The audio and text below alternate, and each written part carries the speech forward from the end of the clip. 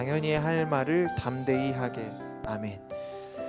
저는 지금 그 세 개의 목회자 그룹에 속해 있습니다. 목회를 하면서 제가 속해 있는 그 목회자 그룹이 세 군데가 있거든요. 그런데 지난주 월요일에, 참 공교롭게도 지난주 월요일에 그 세 개의 모임이 동시에 모임이 있었습니다. 이제 약속을 잡을 거 아닙니까? 언제 몇 시에 어디서 모임합니다. 근데 그 제가 속해 있던 그 세 개의 모임이 지난주 월요일에 동시에 있었는데, 감사하게도 시간이 좀 다 달랐어요. 그래갖고 이제 오전 11시, 오후 2시, 그리고 오후 7시 그렇게 모임이 각각 있었거든요. 예. 그래서 제가 지난 월요일에 이제 세탕을 띄웠습니다. 여기저기 다니면서 목사님들 만나서 식사도 하고 교제도 하고 이야기도 하고, 다양한 목사님들이 있었겠죠. 예. 그 모임을 통해서 이제 여러 목사님들을 많이 만나고 교제하고 이야기하면서, 근데 그 목사님들이 공통적으로 이제 하는 이야기들이 있었습니다. 그 이야기가 뭐냐면, 요즘 교회가 어렵다는 거예요. 교회가 힘들다. 교회가 어렵다. 아, 우리 교회도 힘든데 너네 교회도 힘드냐? 아, 니네 교회도 힘드냐? 우리 교회도 힘든데. 서로 이제 그 교회가 이제 힘들다는 이야기들 많이 하는 거예요. 교회가 힘들다라는 게 무슨 말인가요? 교회가 힘들다. 예. 교회가 힘들다. 그러니까 뭐 부흥이 안 되는 거죠. 성도들의 믿음의 회복이 안 되는 거고, 또 예배 시간에 이제 빈자리가 많이 있으니까 성도들을 깨워서 나오게 해야 되는데 그게 어렵다라는 거예요. 전도도 어렵고, 또 성도들이 우리가 사는 이 세상의 지금 경제 상황도 어렵고, 여러 가지 노력을 하지만 우리의 어떤 모습들이 나아지지 않는 것 때문에 참 힘들다, 어려움을 느낀다라고 이야기들을 하였습니다. 여러분, 그런데요, 이 어려움이 언제부터 계속됐었나요? 언제부터 시작됐나요? 뭐 지금까지 계속 어려웠죠. 근데 코로나 때 좀 심해졌던 것 같아요. 코로나로 인해서 예배를 드릴 수 없는 상황이 되고, 그러므로 인해서 성도들이 습관적으로 드렸던 예배일지언정 그들의 어떤 그 습관마저도 지금 다 무너진 상태. 주일날 예배 나오는 것을 이렇게 좀 굉장히 어려워하고 힘들어하는 그런 상황. 근데 그때 코로나 때 느꼈던 그 피로감이요, 이제 코로나가 끝났음에도 불구하고 그 피로감이 지금까지 계속 이어지는 것이죠. 예, 그 목사님들도 그런 어떤 피로감을 굉장히 많이 느끼고 있었고요. 근데 생각해 보니까 저도 그런 거예요. 저도 그런 피로감이 굉장히 많이 있는 거예요. 뭔가 좀 나아지지 않는 그런 상황들, 환경, 이런 거에 대해서 굉장히 저 스스로가 지치고 힘들어하는 어떤 저의 모습들을 좀 보게 되었습니다. 그리고 요즘에는 좀 이런 생각도 하는 것 같아요. 이거 굉장히 저 스스로 무기력하다, 이렇게 생각할 때가 있습니다. 이럴 땐 어떻게 해야 되는가? 이럴 때 어떻게 해야 되는가? 코로나가 끝났음에도 불구하고 뭔가 눈에 나아지지 않는 그런 상황들을, 모습을 보면서 어떻게 해야 되나? 우리 교회는 어떻게 해야 될까? 예.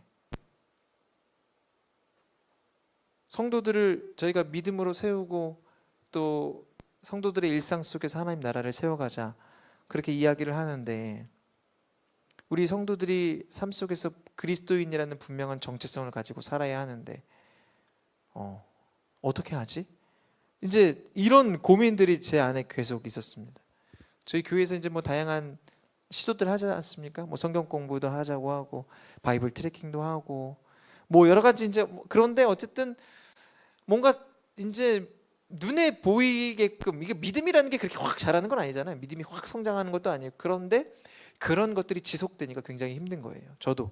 예. 그래서 제 안에 좀 뭔가 좀 답답함이나 좀 이런 게 있었던 것 같아요. 여러분, 이럴 때 어떻게 해야 됩니까? 이럴 때 어떻게 해야 될까? 그래도 뭐 말씀을 보고, 또 기도의 자리 가운데 나아가 열심히 주님을 붙잡아야 되겠죠. 여러분, 그런데 최근에 당연히 말씀을 읽고 기도해야 된다는 것을 당연히 알고 있지만, 그것이 저에게 큰 동력이 되지 못한다는 어떤 그런 느낌이 있는 거예요. 이건 뭐지? 제가 이제 그런 상황 속에서 이제 인터넷 뉴스를 보다 보면은 굉장한 그 범죄 뉴스들이 많이 있는데, 특별히 요즘에 눈에 띄는 뉴스가 10대들의 뉴스예요. 10대 청소년들이 마약, 성범죄, 그 외에 폭행, 굉장히 얘네들은 어떻게 이런 범죄들을 저지를까 하는 그런 범죄들을 굉장히 많이 저지르는 모습을 보면서 저도 아이를 키우는 부모로서 또 목회를 하는 목사로서 이 시대가 참 소망이 없다라는 생각을 좀 하게 되었습니다. 야, 이렇게 소망 없는 시대에 교회는 힘들고 앞으로 목회는 어떻게 하나? 또 자녀들은 어떻게 키우나? 여러분, 그런데 굉장히 아이러니하지 않습니까? 사실 교회가 소망이라고 제가 설교를 굉장히 많이 했거든요. 교회가 소망입니다. 여러분 믿으세요? 예. 아니, 우리의 모습은 굉장히 절망적인데 무슨 교회가 소망이야? 제가 설교는 굉장히 교회가 소망이야 라고 이야기를 많이 했어요. 교회가 소망입니다 하면 여러분도 그 반응 아멘 하는데 생각은 안 그런 것 같아. 예. 여러분, 교회는 소망을 말하는 곳이 맞잖아요. 그런데 생각해 보세요. 다음 세대에 대해서 뭐 세상도 이야기하고 많은 뭐 선생님들도 이야기하고 교회도 이야기하는데 교회가 가장 부정적으로 평가합니다. 다음 세대에 대해서. 다음 세대 소망이 없다고. 다음 세대 정말 절망적이라고. 가장 다음 세대에 대해서 부정적으로 평가하는 것이 교회더라고요. 여러분, 교회의 소망이 어디로 갔습니까? 교회는 소망을 말하는 곳인데, 저희가 화요일 오전마다 목사님들과 이제 성경 연구하는 시간이 있거든요. 그리고 이제 월요일 날 그렇게 목사님들 만나고 나서 제가 화요일 날 아침이 됐어요. 그리고 이제 화요일 날 아침에 이제 말씀을 이렇게 함께 나누고 공부하는데, 그때 이 지난주 화요일에 나눴던 말씀이 바로 오늘 말씀 에베소서 6장 10절부터 20절까지 말씀이에요. 여러분 너무나 잘 알고 있는 말씀이잖아요. 이 에베소서 6장 10절에서 20절. 저도 여러 번 설교했던 본문이고요. 예. 그래서 어쨌든 다시 여러 번 설교하고 많이 봤지만 그래도 이 말씀을 통해서 다시금 또 이제 말씀을 연구하는 시간을 갖게 되었는데, 제가 이제 혼자서 또 이 연구하고 그 목사님들과 함께 나누기 전에 묵상을 했죠. 이 말씀을 통해서 내가 성도들에게 설교를 한다면 하나님이 나에게 주시는 말씀이 무엇일까? 내가 성도들에게 어떻게 하나님의 말씀을 전할 수 있을까 고민을 했는데, 묵상을 하는데, 여러분 우리가 살고 있는 이 시대는 영적 전쟁터잖아요. 아멘이죠. 영적 전쟁터입니다. 근데 제가 영적 전쟁터입니다라고 이렇게 설교를 하면 다 알고 있잖아요. 식상하잖아요. 그러면 제가 이제 또 더 이제 굉장히 이렇게 설교하면 피상적으로 들릴 테니 좀 더 자세하게 설명을 해야겠다. 우리의 현실 속에서 내 마음에 드는 부정적인 생각, 미워하고 시기하고 질투하고 분노하고 음란하고 또 자랑하고 싶은 교만, 뭐 이런 것들, 우리의 삶 속에서 직장 생활하면서 사람들과의 관계 속에서 또 아무도 없는 혼자만 있는 그 시간들 속에서 영적 전쟁이 찾아오는데, 사탄은 그러한 시간들 속에서 우리들을 끊임없이 흔들려고 노력하는데 계속해서 우리를 넘어뜨리려고 우는 사자와 같이 오늘도 지금 이 순간에도 우리를 넘어뜨리려고 기회를 엿보고 있는데, 그러니 여러분 어떻게 해야 됩니까? 하나님의 전신갑주를 입읍시다. 하나님의 전신갑주가 뭡니까? 기도와 말씀이죠. 그러니까 우리가 기도와 말씀에 매진합시다. 이렇게 설교를 이제 이런 묵상을 했어요. 제가 이제 여러분에게 이제 설교를 한다면, 근데 굉장히 또 아이러니한 게, 기도와 말씀이 저에게 큰 힘이 되지 않으면서 제가 여러분에게 그렇게 설교를 해야 되겠다는 생각을 하고 있었던 거예요. 제가 이렇게 여러분에게 설교를 하면 또 여러분도 아멘 하겠죠. 그리고 이 예배는 끝나겠죠. 그리고 난 다음에 또 한 주가 흘러가고 다음 주에 또 만나겠죠. 그런데 우리의 삶 속에서는 어떻습니까? 실제적으로 내가 주일에는 이렇게 살아야 된다, 영적 전쟁터다, 내 삶 속에서 관계 속에서 내가 정말 뭐 이런 어떤 부정적인 마음들, 시기하는 마음들, 음란한 마음들, 교만한 마음들 가지면 안 된다, 예수님의 마음을 가져야 된다, 이를 위해서 기도와 말씀을 매진해야 된다라고 설교를 듣고 아멘은 했지만, 정작 우리의 삶 속에서 삶의 현장으로 돌아가면 우리가 실제로 그런 영적 전쟁터에서 기도와 말씀을 읽고 기도를 하는데 그것을 영적 전쟁을 이기기 위해서 하는 게 아니라 그냥 습관적으로 한다는 거예요. 왜 해야 되는지도 모른 채 굉장히 예수님과의 거리가 느껴지는 그런 우리들의 삶의 모습들인 거죠. 사실은 진짜 우리가 당면한 영적 전쟁은요, 예수님과의 거리 두기를 하고 있다는 게 우리의 실제적인 영적 전쟁이에요. 어쨌든 이런 내용들을 제가 전해야 되겠다라고 이제 혼자 묵상을 하고 이제 그 말씀 연구에 들어가기 시작했습니다. 그런데 그날 예수님께서 저에게 보게 하신 이 성경 구절이 있었습니다. 그 전까지는 한 번도 보지 못했고 한 번도 눈에 띄지 않았던 이 말씀이었어요. 그것이 바로 에베소서 6장 20절 말씀입니다. 같이 한번 읽어볼게요. 시작. 이 일을 위하여 내가 쇠사슬의 매인 사신이 된 것은 나로 이 일에 당연히 할 말을 담대히 하게 하려 하심이라. 여러분, 이 말씀을요 우리말 성경으로 다시 한번 읽어볼게요. 같이 한번 읽어보겠습니다. 시작. 내가 이것을 위해 사슬에 매인 사신이 됐습니다. 그러므로 내가 복음 안에서 마땅히 해야 할 말을 담대하게 말할 수 있도록 기도해 주십시오. 아멘. 여러분, 제가 여기에서 어떤 단어에 주목하게 됐냐면요, 당연히 할 말을 담대히 하게. 우리말 성경에서는요, 마땅히 해야 할 말을 담대하게 말할 수 있도록 주님이 이것을 보게 하셨어요. 마땅히 해야 할 말을 담대하게 말할 수 있도록.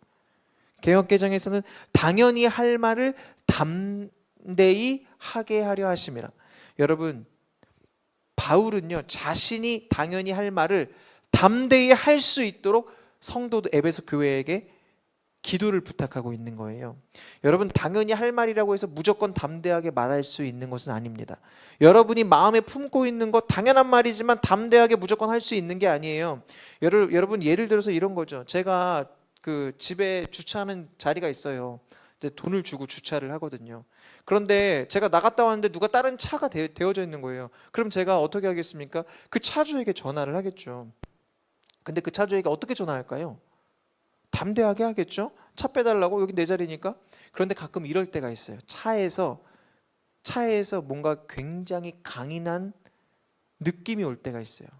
야, 이 차주는 굉장히 강한 사람 같다. 강한 어떤 수컷의 냄새가 날 때가 있어요. 이 차주는 굉장히 거칠 것 같은 느낌이 차에서 벌써 느껴져. 그럴 때 제가 어떻게 전화할까요? 담대하게 전화할까요? 그때는 겸손하게 전화하게, 친절하게. 예, 여보세요? 예, 차 좀 빼주시겠어요? 굉장히 이렇게 전화를 하겠죠. 여러분, 이것은요 그 주차 자리에 대한 당연한 저의 권리이지만 상황에 따라, 환경에 따라 담대하기도 하고 담대하지 못한 저의 모습입니다. 여러분, 근데 바울이 이거를 이야기하고 있는 거예요. 자신이 해야 할 말, 당연히 해야 할 말을 담대하게 하도록 기도해 달라고 하는 거예요. 상황에 따라, 환경에 따라, 조건에 따라 담대하기도 하고 비굴해지기도 한 그런 모습으로 말하지 않게, 어느 때나 흔들림 없이 말하도록 여러분 저를 위해서 기도해 주십시오라고 지금 바울이 부탁하고 있어요. 에베소 교회를 향해서. 여러분, 근데 여기서 이야기하는 담대하게, 이 담대하게에 해당하는 그 헬라어가 바로 파레시아입니다. 파레시아. 우리 함께 따라해 볼까요? 파레시아. 굉장히 중요해요. 제가 이 단어에 꽂혔거든요. 함께 한 번만 더 따라해 볼까요? 파레시아. 파레시아. 굉장히 중요한 단어예요. 여러분, 저뿐만 아니라 이 단어에 또 클릭이 된 사람이 있어요. 그 사람이 누구냐? 바로 프랑스 철학자 후코예요. 프랑스 철학자 후코가요 굉장히 유명한 이 프랑스 철학자인데, 그가 인생의 말년에 이 파레시아라는 단어에 완전히 클릭이 됐어요.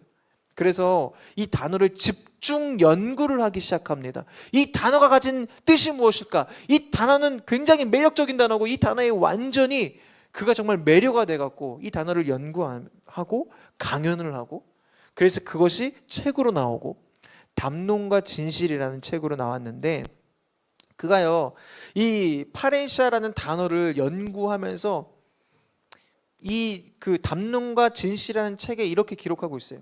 정치적 진실 앞에서 주체의 윤리적 의무로서 이 파레시아에 대한 그 내용을 설명하고 있는데, 이게 무슨 말이냐면, 우리는 보통 마음속의 이야기를 전부 다 하지 않습니다. 다 안 하죠.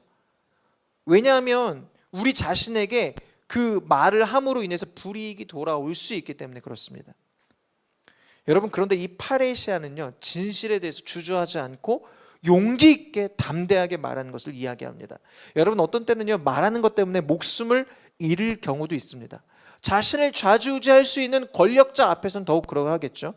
그 상황에서 절대 권력을 불편하게 하는 진실을 말할 수 있는가? 이게 정말 진리고 진실인데 그 권력자들은 그 진실을 싫어하고 진리를 싫어합니다. 그렇다면 담대하게 내가 이것에 대해서 아니라고, 그것은 거짓이라고 담대하게 이야기할 수 있는가? 그렇게 진실을 말할 수 있는 것이 바로 파레시아다라는 거예요. 여러분, 바울이요 지금 이것을 위해서 기도를 부탁하는 거예요. 내가 언제 어디서든 당연히 해야 할 말, 이 파레시아, 주님의 복음에 대해서 파레시아 담대하게 말할 수 있도록 기도해 주십시오.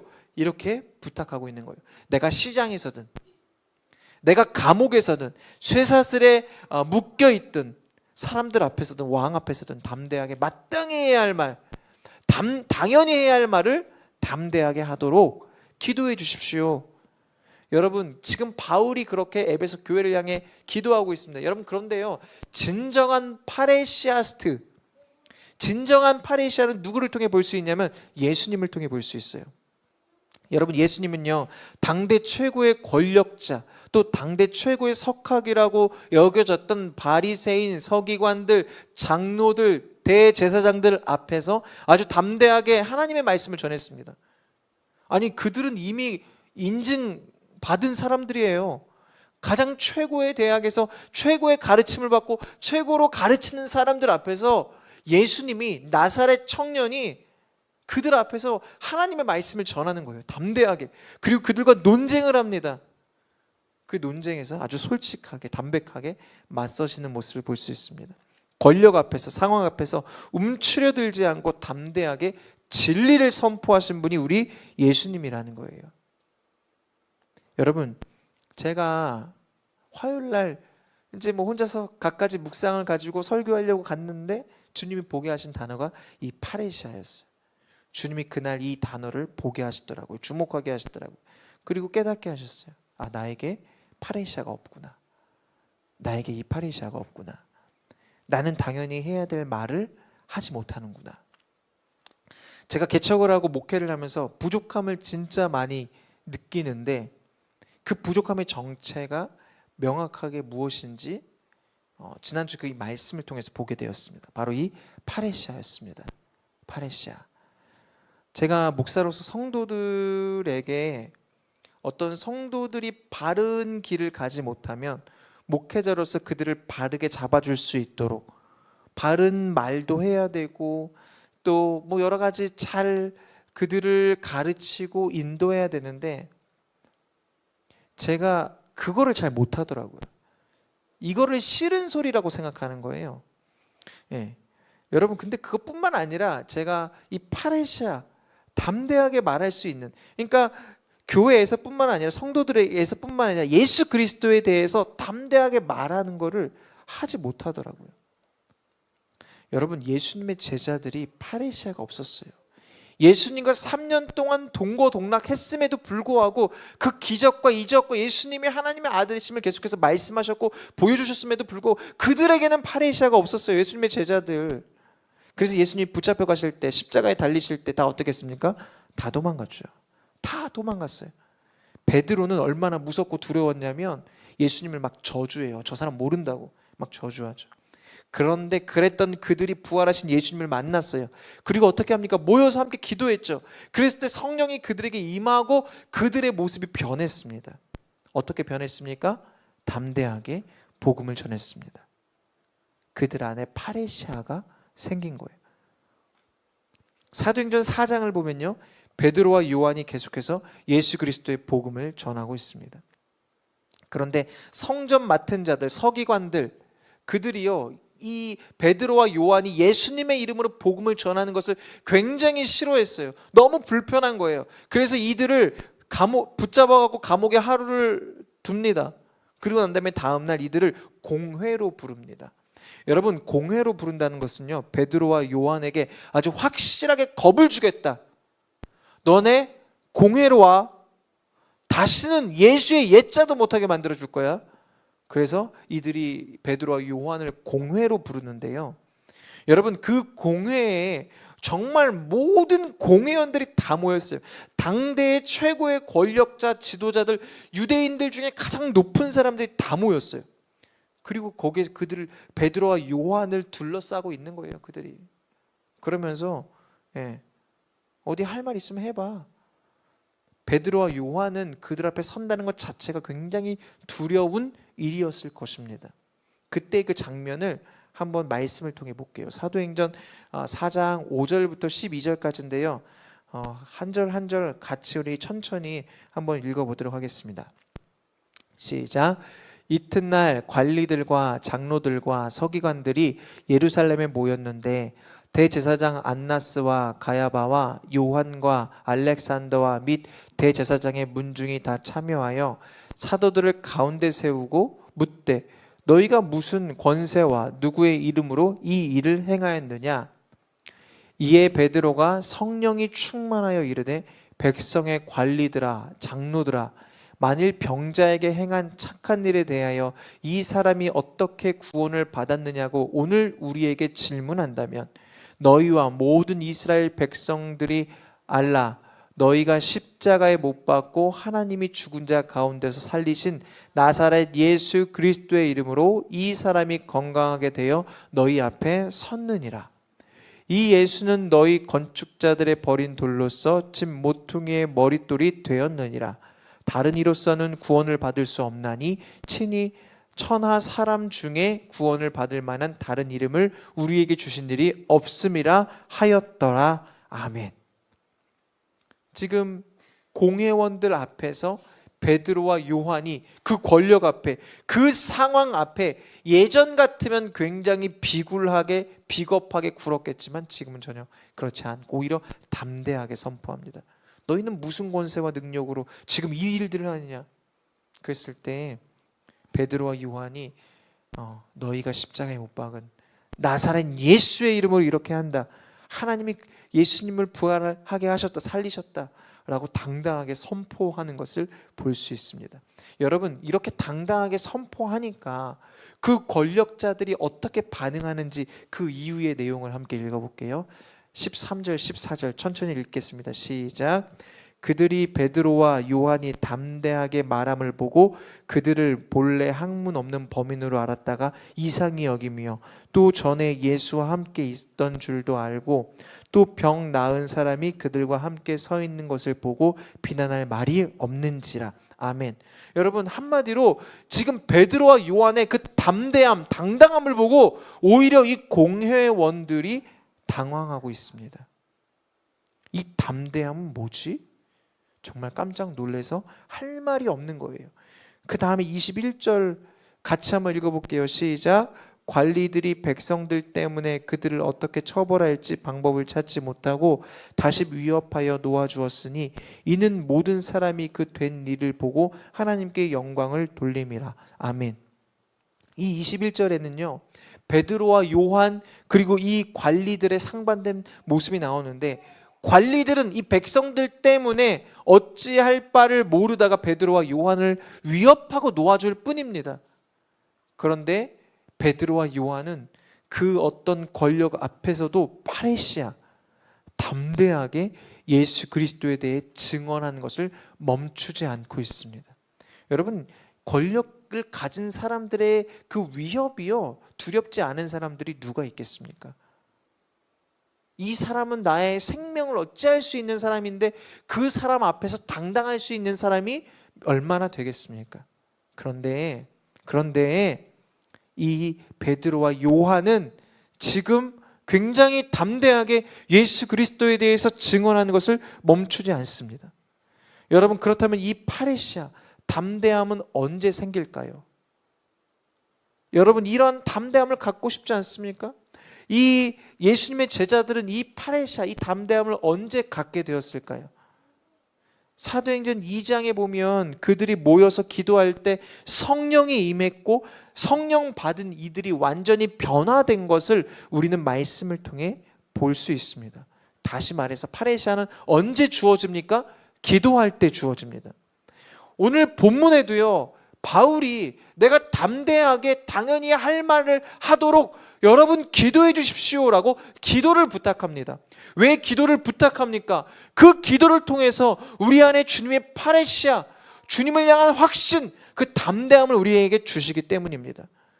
기도할 때 마땅히 할 말을 당연히 하도록 주님이 우리에게 파레시아를 주신다는 거예요. 여러분, 한국교회가 왜 이렇게 다음 세대에 대해서, 한국교회의 미래에 대해서 부정적으로 이야기할까요? 왜 부정적인 전망을 할까요? 현실적으로 보면 그러니까 맞아요. 현실적으로 보면 맞아요. 되게 부정적이에요. 그러나 여러분, 세상보다 훨씬 더 부정적으로 전망하고 있다는 것은 분명 교회가 소망을 품고 있지 못하다라는 반증이고, 그것은 한국교회의 기도가 무너졌고 한국교회의 기도가 줄어들었다라는 증거입니다. 여러분, 우리가 기도해봐서 알잖아요. 우리가 한참 기도할 때, 우리가 정말 열심히 기도할 때 어떻습니까? 우리의 현실은 냉혹하고 힘들지만 기도할 때 주님이 주신 소망을 품게 되잖아요. 아멘이죠? 여러분, 기도할 때 우리 주님은 우리에게 소망을 주시거든요. 그리고 그 소망을 품고 살아갈 힘과 용기를 주시거든요. 주님이 회복하실 그 일들을 소망하도록 우리 주님이 기도할 때 그 마음을 주세요. 그리고 실제로 우리의 기도를 통해 하나님은 회복의 역사를 이루시죠. 여러분, 지금 우리는요, 다시금 기도의 자리를 회복해야 될 때인 줄 믿습니다. 기도의 능선을 다시 수축해야 된다는 거예요. 그래서 우리가 다시금 이 파레시아, 마땅히 해야 될 말을 당연히 담대하게 말할 수 있는 이 담대함을 회복해야만 합니다. 여러분, 18절 말씀 한번 읽어볼게요. 모든 기도와 간구를 하되 항상 성령 안에서 기도하고 이를 위하여 깨어 구하기를 항상 힘쓰며 여러 성도를 위하여 구하라. 여러분, 기도라는 것, 기도할 때 파레시아를 주신다고 했는데 기도라는 것은 그냥 되지 않습니다. 18절에 뭐라고 기록되어 있습니까? 성령 안에서 기도하고 이를 위하여 깨어 구하기를. 깨어 있어야 돼요. 깨어 있어야 돼요. 내가 할 거 다 하고 잘 거 다 자고 남는 시간에 기도해야지? 절대 못합니다. 남는 시간이 없어요, 우리에게는. 여러분, 분명히 저와 여러분 기억하시기를 바랍니다. 깨어있는 노력이 필요합니다.